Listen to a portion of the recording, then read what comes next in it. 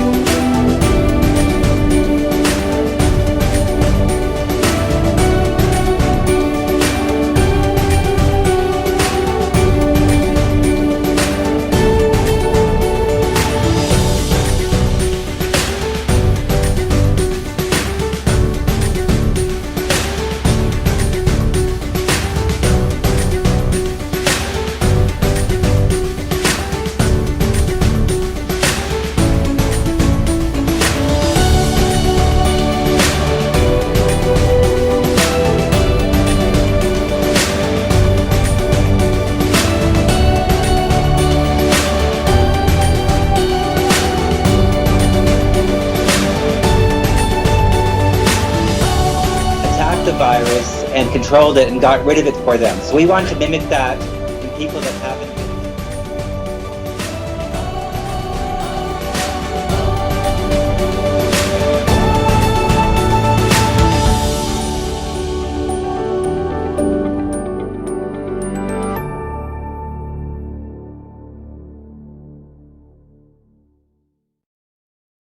Seventh annual lecture of the Louis L. Odette Family Urban Angel Fund for Homelessness. I'm Emily Matthew. As a journalist, I've reported on issues that can lead to homelessness, including gaps in government policy that make housing increasingly precarious. I'm so pleased to moderate this afternoon's discussion. Today, we are honored to have with us Dr. Jim Withers, a world leader in providing healthcare to those struggling to survive on the street and the need for a far more empathetic approach to medicine. After Dr. Withers speaks, we will have a discussion on the issues he has raised in his presentation with a panel of experts in homelessness and mental health. And we'll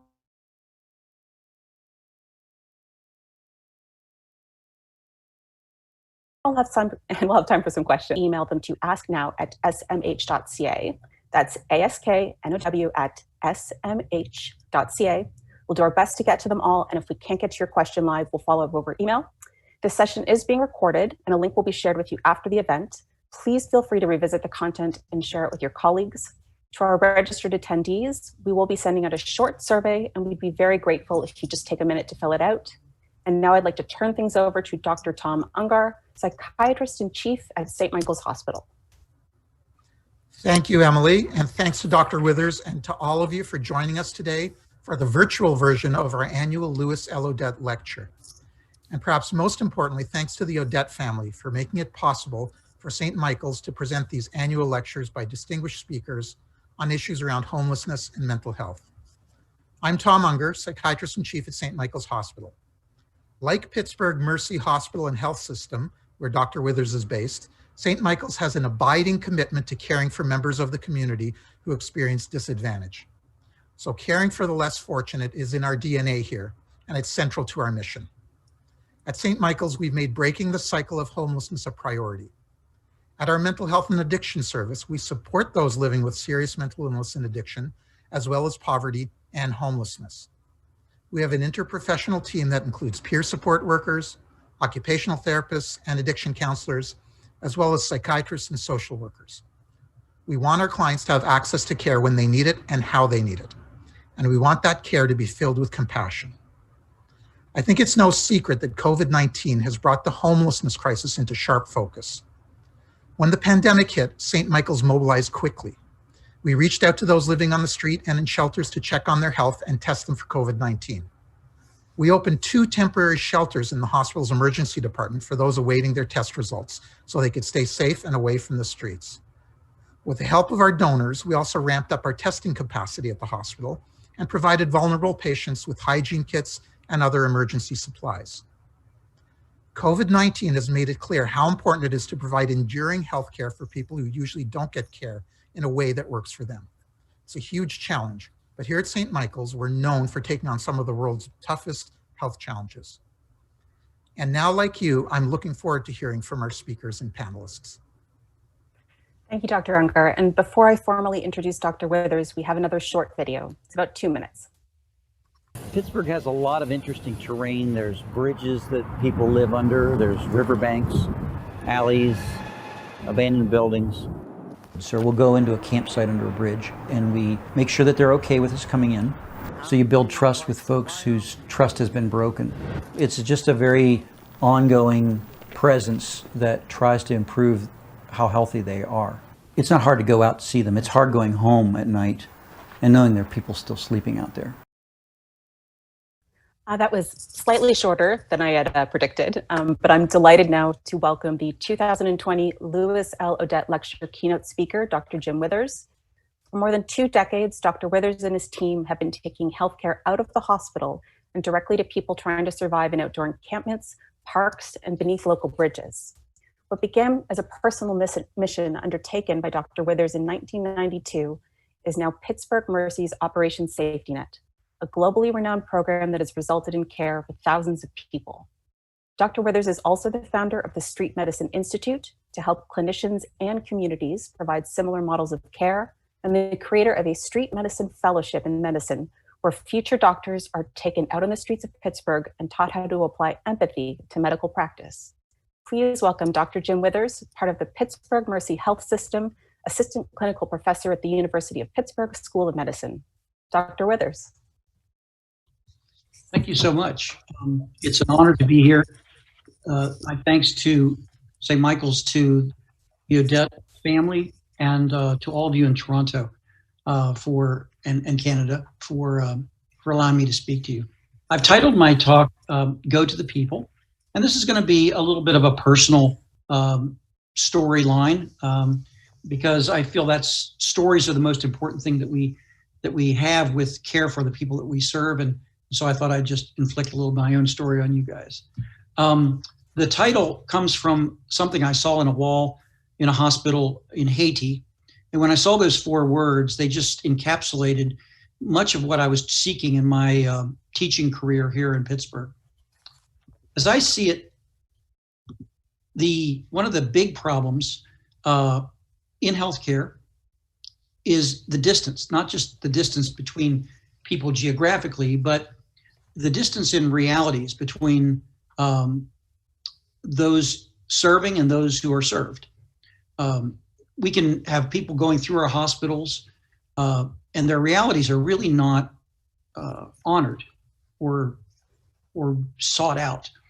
And so as a medical educator, I was very interested in this concept and how is it that we can cross the reality gap, if you will, between where we are and where the people are that we serve.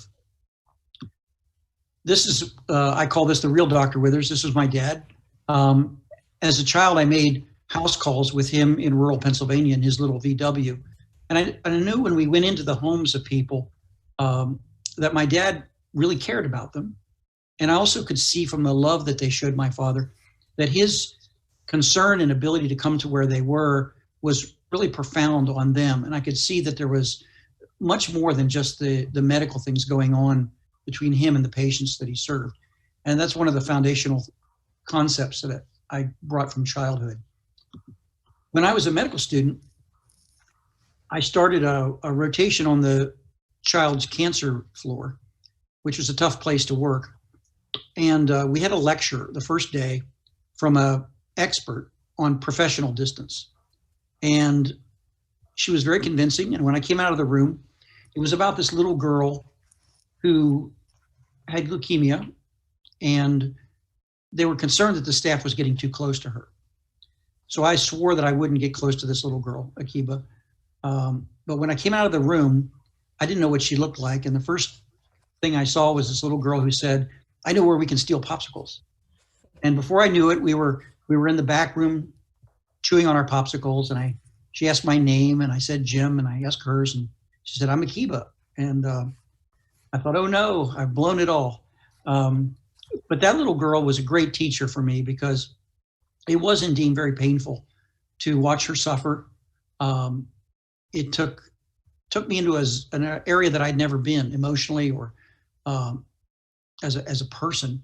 And yet being close to her, watching her and being with her through the hard times, I was one of two people that she allowed to hold her close to her death, was really something that convinced me that even if people are living a different experience than we are, one of the worst things possible is to feel alone and not to be have your reality recognized.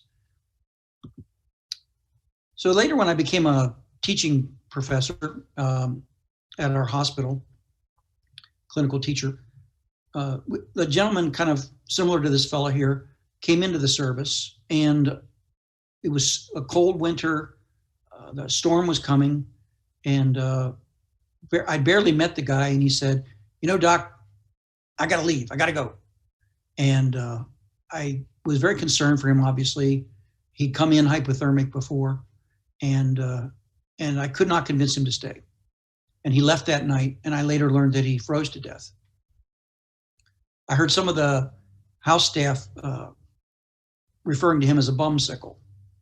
And it was kind of a crisis moment for me, because we clearly lost our own humanity in being able to label a person who wasn't like us in such a way. And it was also very important for me to say, how can I get to know what the world looked like from this guy's point of view, from people like him? And so I began to think about using the streets as a new classroom, a place where I might learn, and where my students ultimately might be able to learn how to see through the eyes of a gentleman like this guy. The streets are indeed a different world. If you want to read a book called People of the Abyss, written by Jack London, it's a great plunge into homelessness that he made in 1905. But the people out there are suffering, and you can see from this slide that there's a great connection between health and homelessness.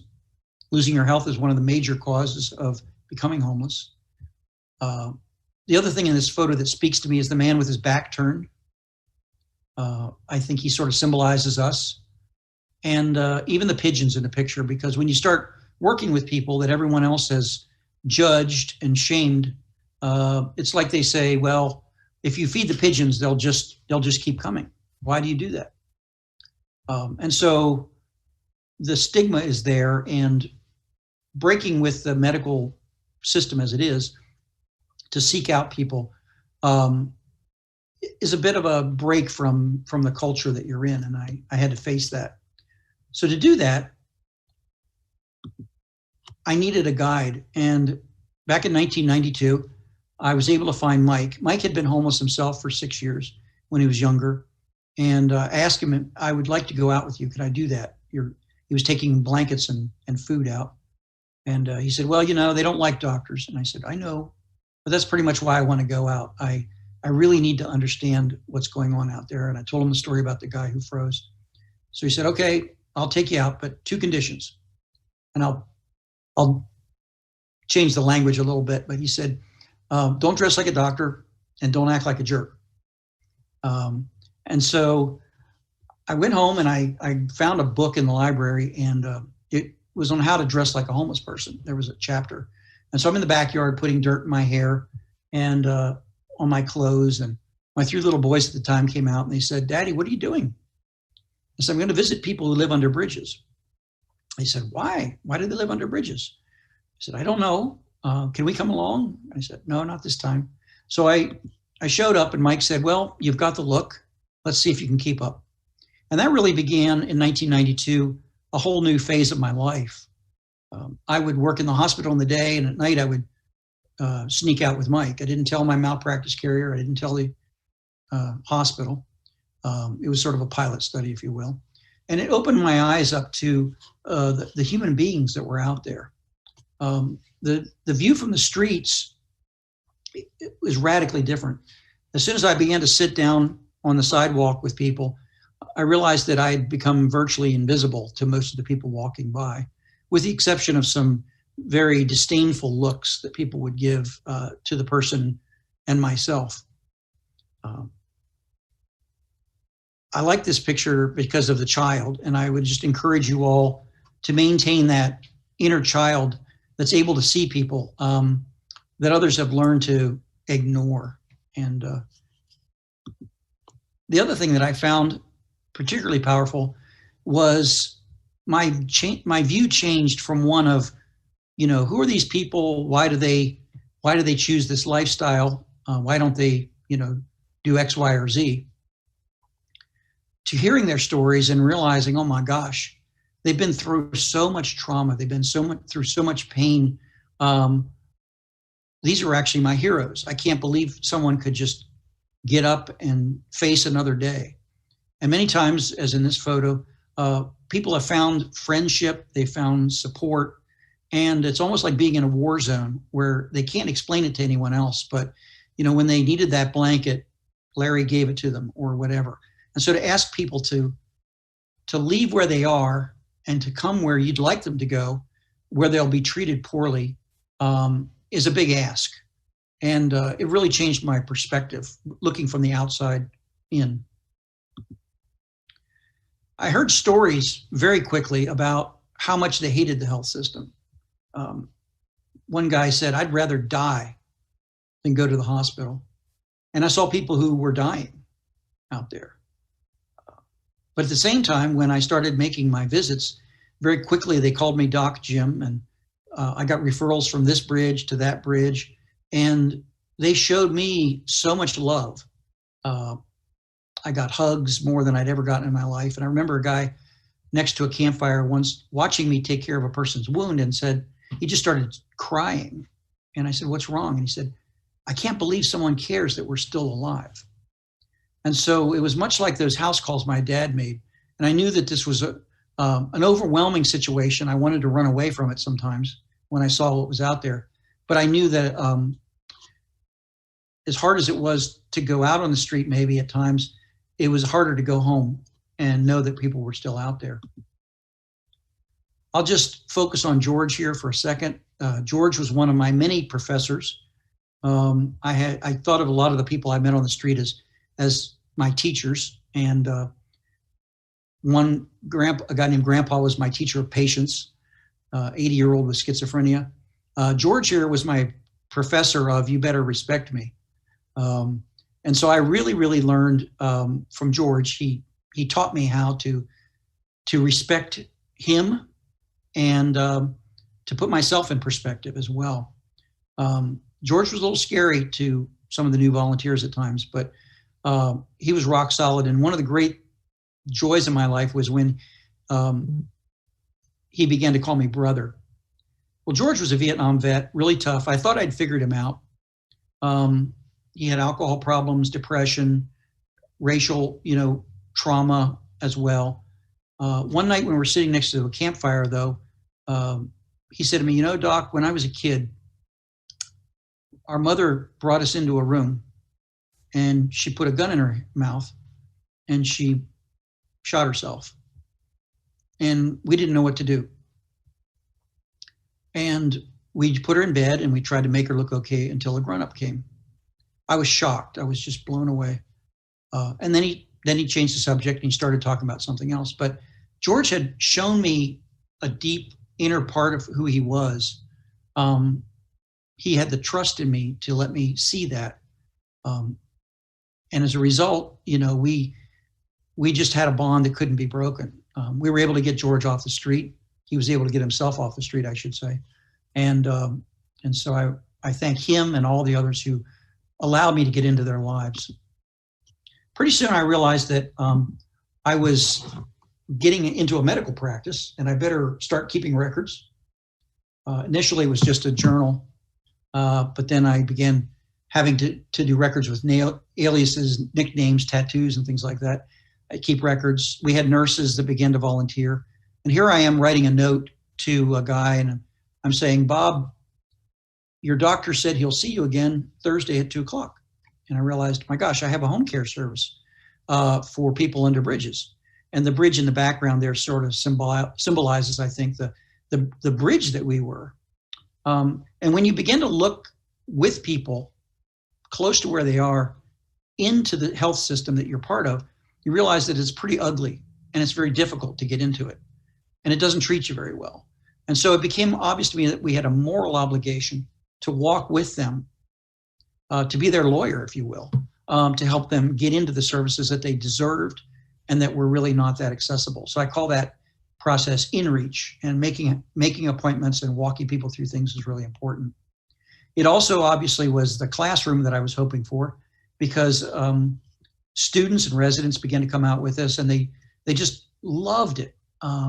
You could see the energy coming back into their lives. I remember one student, after we worked with her for a month, said, "Dr. Withers, I got my common sense back this month."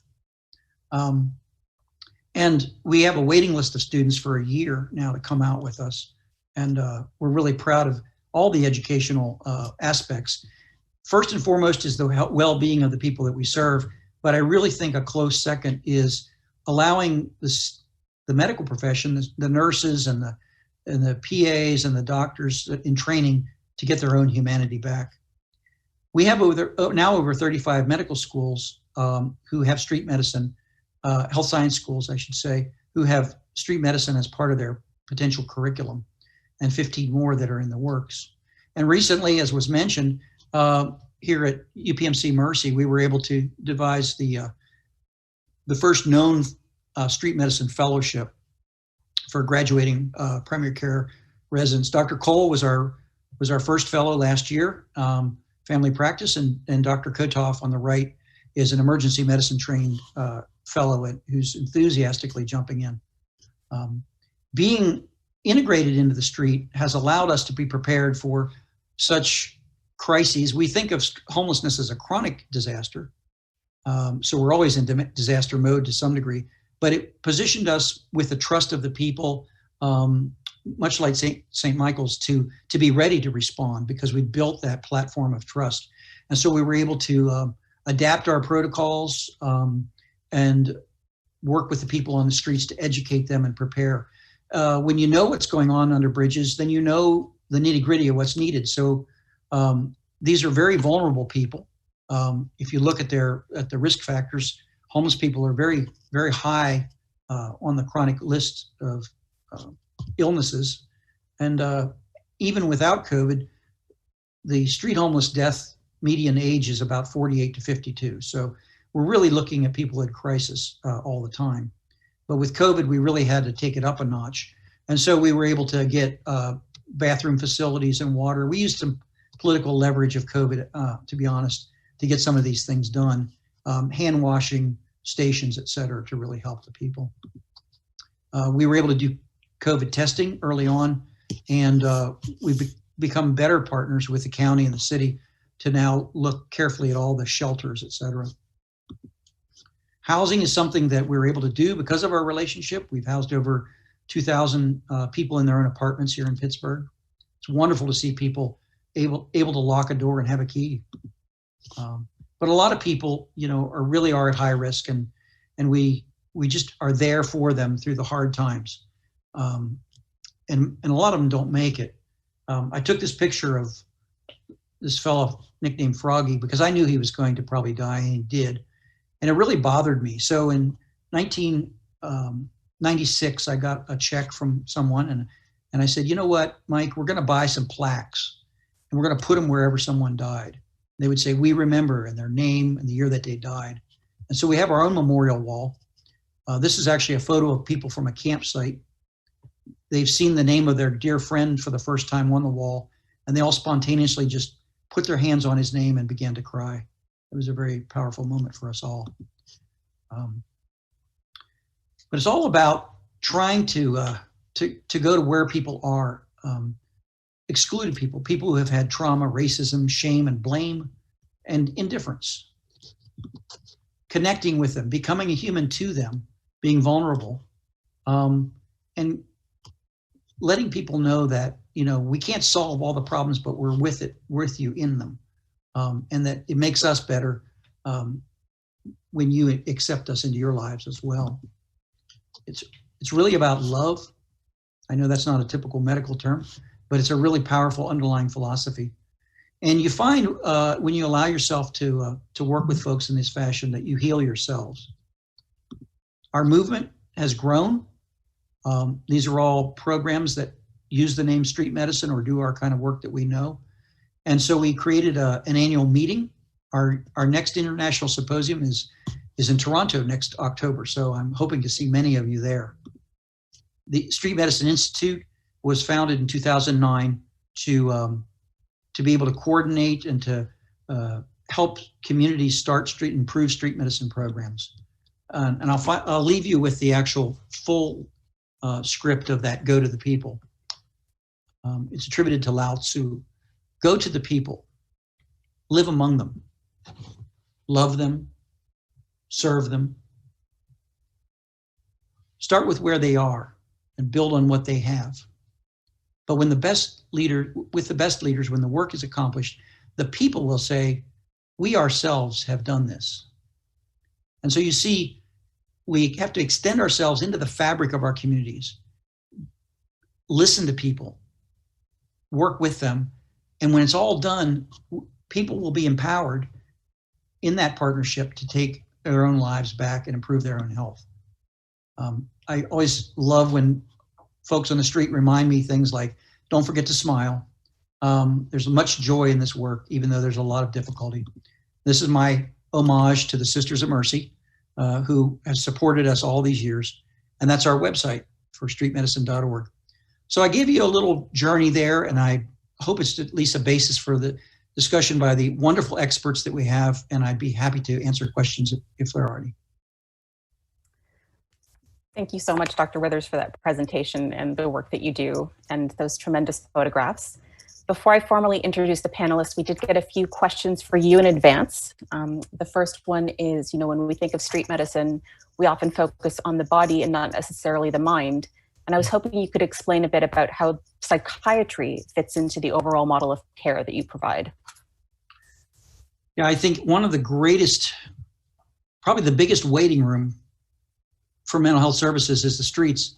Probably the criminal justice system is larger, but certainly it's a travesty. All the people who are with untreated mental health problems and supports just because they aren't coming to our offices or they're not in part of our structures. And people are dying. And so I think one of the great imperatives that we have is to try to get out there and provide that kind of mental health right where people are, because they'll freeze to death or they'll kill themselves or whatever else they'll be taken advantage of. And so the field of street psychiatry, I think, is coming up fast. We have new leaders. I'm looking forward to seeing your work there in Toronto, but there are darn few street psychiatrists in the world. And we have a street psychiatry program here in Pittsburgh now with Western Psychiatric Institute. One of our board members is a street psychiatrist in the Institute. So it's a big question. It's a big can of worms up there. But if I had three wishes, I think that would be one of them, is that street psychiatry could become a really well-supported, and psychology and all the supports that people need are so critical, and people are dying without it. It's a huge question and something that we desperately need in Toronto as well. The second question that we had in advance was, pregnancy is a difficult and frightening time for women at the best of times.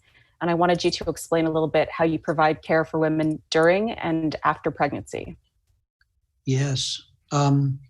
That's a really, really good example of how the streets began to teach us. Because when we began to think about, as we got more clinicians together to talk about what we were doing, we said, well, who's at the highest risk? And women with pregnancy were right up there at the very top of that. And so you had to figure out, well, how do we work with that? How do we work with folks? They also had very profound trust issues and conditions. They might have been in a controlling relationship. They might have been in the throes of addiction. And so we prioritize folks like pregnant women and really spend a lot of time getting close and getting that trust. With that, we then apply a relationship that works for them, and usually it's a woman that can help begin to really check in with them very frequently, with prenatal vitamins, all the things that they need, and then escort them physically to their appointments. We have spies in a lot of the health system here who are willing to take our patients at the drop of a hat. You have to kind of work on that. But definitely for women who are pregnant, it's a very incredible time when they may feel the worst despair, but they also feel some of the greatest hope. And so it's a moment when change is really possible. And we've seen so many good things come from focusing on them and supporting them the way they deserve. I'm sure there are probably many, many stories we could get into. I do want to make sure that we get to our panelists, so I'm just going to introduce our group.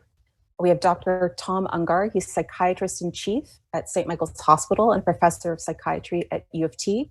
His work focuses on combating mental illness and substance use structural stigma in healthcare and designing a better, more accessible mental healthcare system that puts the needs of patients first. Dr. Steve Mateus is a child and adolescent psychiatrist, a clinical assistant professor at the University of British Columbia. He's also the founder of Providence Healthcare's award-winning Inner City Youth Program, which provides mental health services to homeless youth and spends much of his time as the executive director of Foundry's BC Life Care for Youth, which provides virtual care, counseling services, and support, and a network of 11, soon to be 19, integrated health and social services center for young people in BC. Onika Dainty is an author and podcaster who spent a year in psychiatric institutions due to psychotic episodes brought on by bipolar affective disorder 1. Growing up in a household that did not discuss mental health care, it took Onika years to seek out the right treatment. Today, she hosts a podcast called Dainty Dish that discusses mental health issues and aims to end the stigma surrounding mental illness.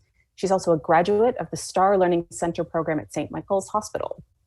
Last but not least, we have Dr. Michaela Beater, a psychiatrist at St. Michael's Hospital and the mental health lead with Inner City Health Associates. She works with people living with severe mental illness, homelessness, legal issues, and substance use, and sees people wherever they are, including their homes, in shelters, and on the street. And welcome to all of our panelists.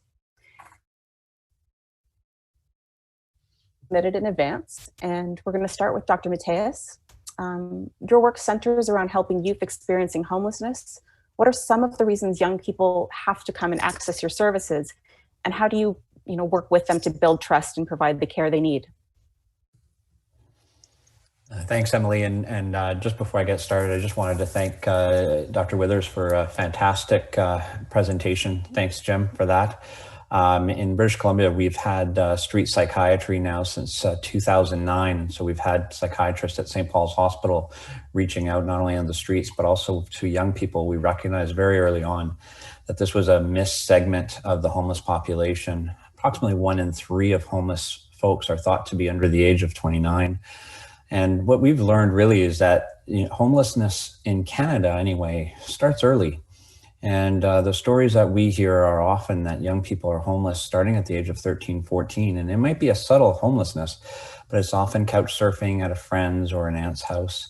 By the age of 15, 16, they may be in a abusive relationship or may have struggles with their mental health and substance use. As we know, mental health issues strike 1 in 5 young people, and substance use 1 in 4 by the age of 20. So it's just, we know that it starts early, and most of our services are not designed for upstream prevention and early intervention. We don't focus really the resources that we need to focus on 16 to 19-year-olds, which I think is a real detriment to our society. And so what we have found is that having intensive case management teams that try to provide wraparound care dedicated to working with young people and really starting to address the policy issues where we have significant gaps when a young person turns 19, where they go from the child welfare system to the adult chasm, as we call it, is really critical if we're going to start to shift the homelessness issue in our country. Yeah, that's definitely an extremely important issue that should be resolved, one would hope, in the immediate future. Dr. Beater, today in Toronto, 27 names were added to Toronto's Homeless Memorial. I mean, we're going to be talking about mental health and how it's obviously, you know, a barrier to housing or keeping housing. But I was hoping you could talk a little bit about some of the broader systemic issues that mean that people aren't able to find and keep a safe place to live. I mean, I think we live in a wealthy society that has many, many resources, and we need to be doing better at all levels of government, at the federal level, at the provincial level, at the municipal level, to ensure that there is access to housing for people who are experiencing homelessness. And by that, I think we need to have very affordable housing. Some of it needs to have supports in place, while others needs to be out in the community. And I think along with increased access to housing for people, we also need to see an increase in social assistance rates.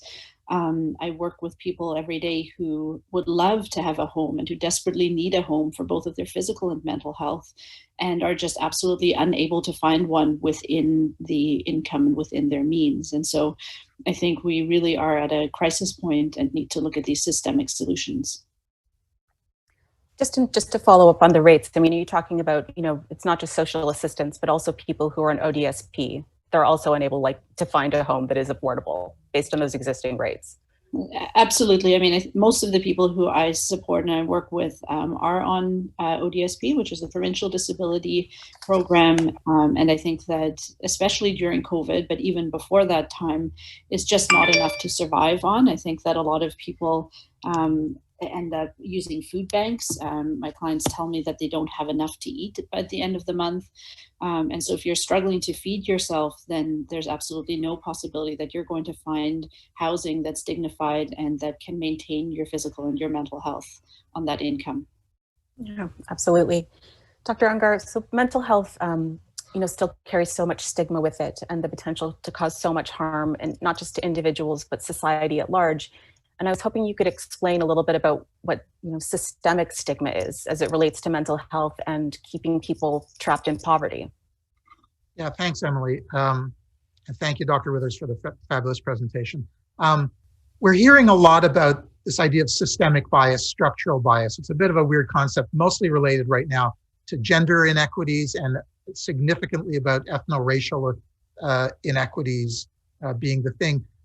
In some work I'm doing with the Mental Health Commission of Canada, we're really focusing not just on the interpersonal stigma of you know, how you distance yourself from a person because you're fearful or don't understand their health condition, if it's a mental health or substance use condition, but actually the way it's considered in terms of legitimacy. We tend to divide the mind and the body. So even conceptually, there's a structural difference. And the mind stuff, which is where the mental health and substance use disorders got stuck, is sort of not equitably considered to the tangible body stuff, the concrete physical health, mental and physical health. And the sad part about that is that inequity goes right downstream. So a significant portion of our homeless population, as part of their health conditions, have mental health conditions and substance use disorders.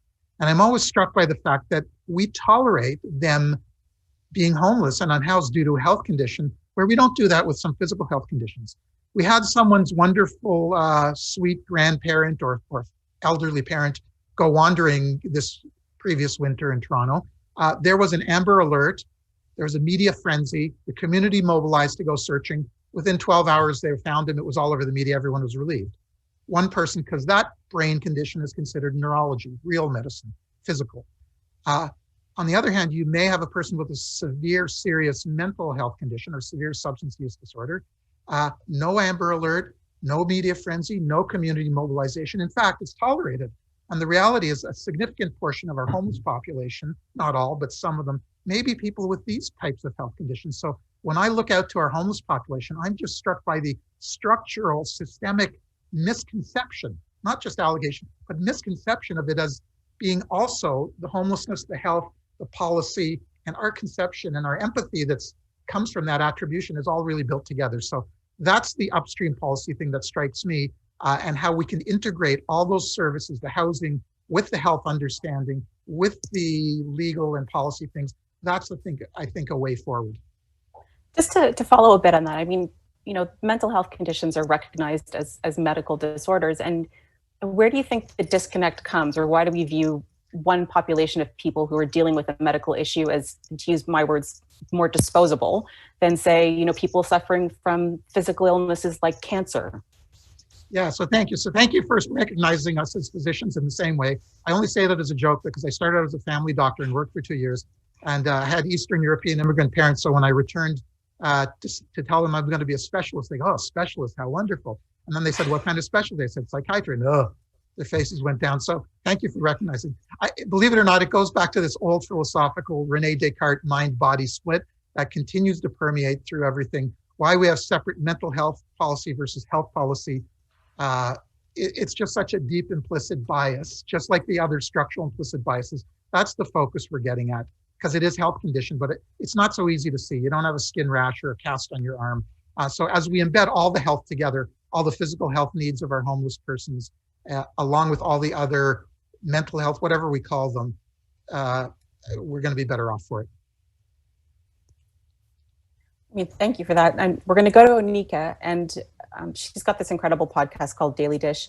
And coming from a journalism perspective, you know, what I thought was essential and the most important way to tell these stories and reduce stigma was through the voices of people with lived experience, because they're the people that have actually tried to access and use systems that are supposed to support all of us. And Onika, I just want to talk a bit about, you know, what having your own platform has been like, what it's meant to you, and what it's meant to your guests in terms of trying to reduce the stigma around mental health issues. Just a quick correction, it's Dainty Dish after Dainty my Dish. last name. Don't worry about it. It has meant so much to me to have this podcast. I mean, 4 years ago, I started off actually as a patient of St. Michael's Hospital. I'm in the psychiatric unit. And from there, through self-advocacy and the support of the team inpatient, I was able to secure housing. I was able to start with Star Learning Center, which I am a graduate of. That is an Odette family initiative. So thank you so much to the Odette family for that initiative. After graduating from that program, I became a peer support worker. And part of peer support work is having that lived experience. I had that support when I was within the hospital. There was a peer support worker there that actually guided me through my mental health journey, and I knew that's something that I wanted to do. So in combination with peer support work, I started my podcast, and my podcast basically just gives people opportunities to share their lived experience story. It's so important to hear what people with lived experience have to say about mental health and the system and how we live and how things go about in this system and how it affects us personally. So having that platform and being able to share those stories with people is vitally important to my recovery, to my mental health, and to theirs as well. Can you just tell me a little bit, just to expand on, I mean, what is it like for the people that you're interviewing? If you could sort of describe how the experience impacts them to have a platform. To start off, they can be very nervous to start because it's a very hard thing to tell your story. I'm an advocate, a mental health advocate, just in life in general. So I share my story constantly with anyone who will listen, basically. But some people are a lot shyer. They're a little bit more introverted when it comes to telling their story. But they find when they're on the podcast, it's a conversational podcast. We try to have conversations that take people beyond the stigma. And once we let them know that's our objective, that's our main goal, they're so open and they're so honest with their stories, and they feel like it's a cathartic experience, and it opens them up to the possibility of sharing their stories with other people. So I think it's a great experience that they have when they're on the podcast. I can definitely tell that you are super easy to talk to, or definitely you would put people at ease. I just wanted to go back to Dr. Withers for a second. I mean, at the beginning, you talked about, you know, someone with lived experience was sort of your gateway into the medical care that you were providing. As part of your current practice, do you still incorporate people with lived experience as sort of part of the team, or how does that work for you? Well, we're fortunate to have always had people in the program with lived experience. It's not always easy because our parent organization has, you know, requirements for this and that and the other. And there's also a lot of danger to people when they're not fully recovered. You can often put people in a position where they're helping others and it's incredible what they can do, but sometimes they get ahead of their own recovery. And we've lost a number of people to crises, relapse, and things like that. The folks in Boston have a really pretty good protocol for allowing people to have a certain way to join the program in such a way that it doesn't jeopardize them. I wish we did better here in Pittsburgh. We do as well as I think we can at this point, but I think street medicine in general needs to incorporate more community health workers, more people with lived experience, not just in the work, but also in advisory boards where, and I'd be curious if Anika has any formal feedback with the health system where she and others could let you all know how you're doing. Because I think we hear people day to day, but we don't hear maybe the voice of the people as to how those services could be reshaped or improved. So one of the things that we're all pushing for, one of our Street Medicine Institute board members is a wonderful guy with lived experience, is to have that voice in the shaping of the future of how we do the work. I mean, Onika, that's a huge question, but back to you. Is there something in particular you wanted to point out? Yes, thank you, Dr. Withers. And I did want to thank you for your speech as well. It was amazing. And thank you, Emily. I would say mental health we have a lot of work to do.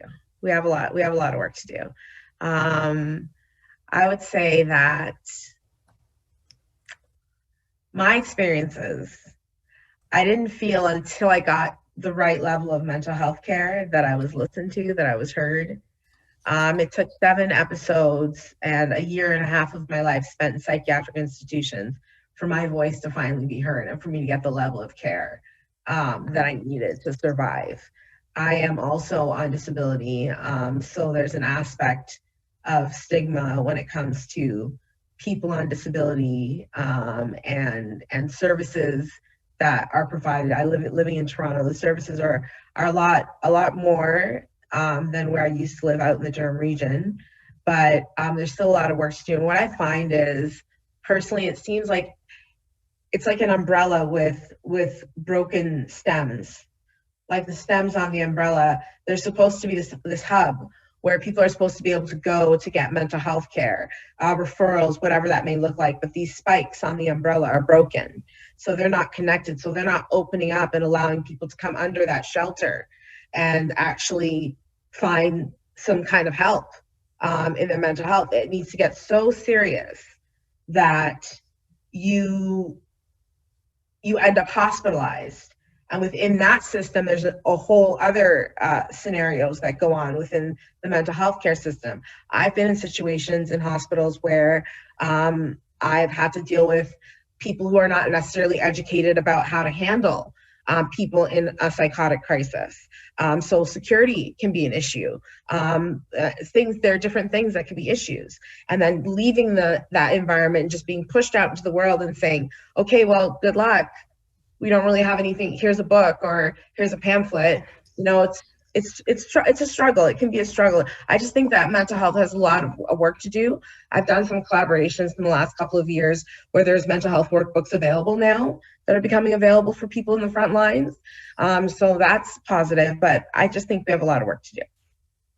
No, and I mean, thank you for that. Well, one, for sharing bits of your story here and the work that you do. And it really would honestly be impossible, coming from my perspective, to unpack any of the systems that I try to write about without people like you who are willing to break down the nuts and bolts and what it actually is like to go through that process, the good, the bad, and the ugly.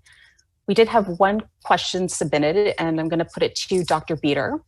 And that was, what is the largest obstacle that you face when it comes to local government, when it comes to supporting the outreach work that you do? I mean, I think I'll give the same answer I did before, because I think that, I work on incredible teams with really, really good outreach workers, interdisciplinary teams with all sorts of supports. And I think we're, doing a lot of work to bring care to where people are at. I think we always need more.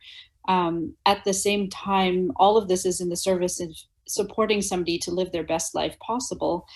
And, all the workers in the world aren't able to house somebody if there isn't sufficient housing. And I think oftentimes the housing that we do find for people is not dignified for their health. There are a lot of really, really difficult situations that people end up living in. And so it often, to me, feels that we are, doing our best to mitigate the circumstances that people are in, but not actually able to provide all of the things that somebody needs in order to live their best life possible. And so I really think that there have been announcements recently about funding from the federal government. I think we need to really be looking at providing services housing close to where people's services are. We've seen a lot of housing be pushed out into the further reaches of the Greater Toronto area. And the challenge there is that those services that people need aren't in those same areas. And so I really think we need to be looking at the whole system and at the whole person to ensure that the treatment that they need for substance use, that the supports that they need for their mental health, that their primary care, and then their relationships and their family connections are all supported as best as possible in the place that they wish to live. Yeah, I mean, we know that one of the true things in this is that if you destabilize people by pushing them to the outskirts of the city where there may be a place for them to live, but their friends aren't there, their services aren't there, they're very likely to quickly lose their housing or, backtrack, and I don't use the word progress, but, perhaps, lose a little bit of the ground that they've gained.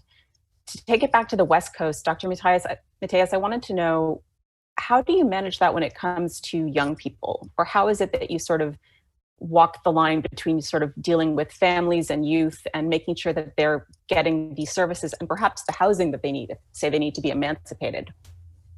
That's a great question. And I just want to highlight what Dr. Bader was saying is that we've got to take more than a system approach. We need to start taking a community approach. And quite honestly, the way our health and social services are funded in the community were never designed to tackle the type of complexity that we're really needing to tackle. And so we really need to think about this as a community issue, and we need to think about the funding that goes into the community working together instead of being paid out in silos and in streams, where you have a housing stream that doesn't talk to a mental health stream, that doesn't talk to a substance use stream. It's horrific, to be honest. So what we've tried to do here in British Columbia is, at least for the young people, ages 12 to 24, we've been able to break some of these silos down, and now we're starting to have community-led initiatives called Foundry, where the centers that we open, much to what Anika was saying earlier, have all the services in one place. And so instead of having those broken spikes on the umbrella, we're trying to create a nice umbrella similar to the YHU model, the Youth Wellness Hubs Ontario model that's delivered from CAMH in Ontario.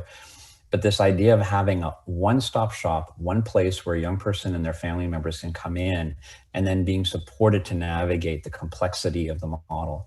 And in that model, then you also have housing services, among others, mental health, substance use, and primary care. But I think that's really the way we need to shift, is give the power back to the communities rather than these very top-down, health authority-led type of initiatives. Thank you for that. We've got about 3.5 minutes. So very quickly, I'm going to ask Dr. Ungar to maybe give me an example of a practical piece or how we could make that connection in community. And then the last one's going to go to Dr. Withers. Sure, that's an easy one. As I listen to Steve, and really it's this integration, and really right now the system is probably designed from the provider on the inside and then the person receiving the service on the outside. And that's why you get those umbrella spokes. But if you put the person receiving the care on the inside, and what is the need? Sort of like the architects do with, they call this the Bauhaus School of Design, where it's a form follows function design school. So if you looked at what the function was first and then built the form, it would look very different. So integrating the housing need, which is tremendous, with the services need, because the problem is they actually come out separately. The providers are trying to do a good job. No one's against us. Everyone I know is working absolutely to their best as kind people, but the system kind of gets in their way and creates these barriers. So one of the things we have here is we have some wonderful programs like the Catch program. We take homeless people who have come to the hospital, who are in need of support in their emerge on our inpatient unit, and right away the housing worker receives them in hospital. We have a special quick access to housing, and they work with them immediately, and they have an office on our hallway in the hospital. So it's that kind of physical and service integration right from the get-go. That would be the kind of solutions we would like to see. Perfect. And then I think I'll end with Dr. Withers by asking him another giant question. You've got about 30 seconds. I guess I just wanted to say, this has been a really educational experience for me and hopefully for viewers. And I just wanted to know if there was any specific perspectives you wanted to offer on how you practice in Canada, or how you practice in the United States versus how we do this in Canada. Yes, ironically, Canada is one of the places I've done the least exploring in the world. So I was really frustrated with COVID. So I was planning to get up there and really look at your work. But based on my relationships and comparing notes with folks in Northern Europe, we almost have a Darwinian kind of a mentality down here in the United States. It's very capitalistic, very, brutal. And so I'm sure that many of the same problems are there in terms of the issues that you talked about, silos and breaking those down and wrapping your head around the integration of a person's life. But down here, we're also just struggling to get insurance and fundamental things that really don't even get you up to the beginning of the journey many times. And so, in some ways, it energizes us to have something to fight for, but that's a sad way to look at, life.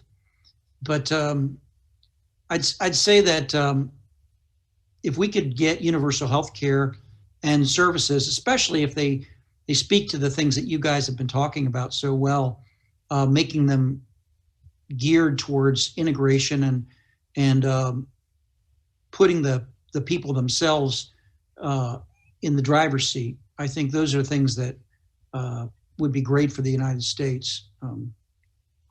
Again, I'll just go back and say, we're all so much looking forward to next October when we'll bring the world to you all and listen to you and hear what you're doing as well.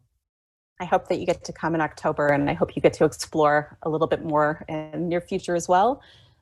Before we close out, I do need to take a minute to thank the Odette family and the P&L Odette Foundation, whose $10 million gift to St. Michael's in 2013 resulted in the creation of the Louis L. Odette Urban Angel Fund for Homeless People, which supports this Louis L. Odette lecture series. And thank you for all you do.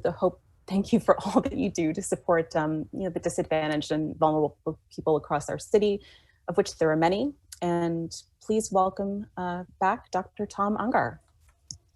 Thank you, Emily, and hi, everybody. On behalf of St. Michael's Hospital and the Odette family, thank you to Dr. Jim Withers for a terrific presentation on the importance of street medicine and mental health care for people experiencing homelessness. I'd also like to thank our panelists, Dr. Mateus, Ms. Dainty, and Dr. Beater for your hard work and your dedication to the issue, and Emily Matthew for facilitating this great conversation. And finally, thank you to all of you for tuning in, and enjoy the rest of your day.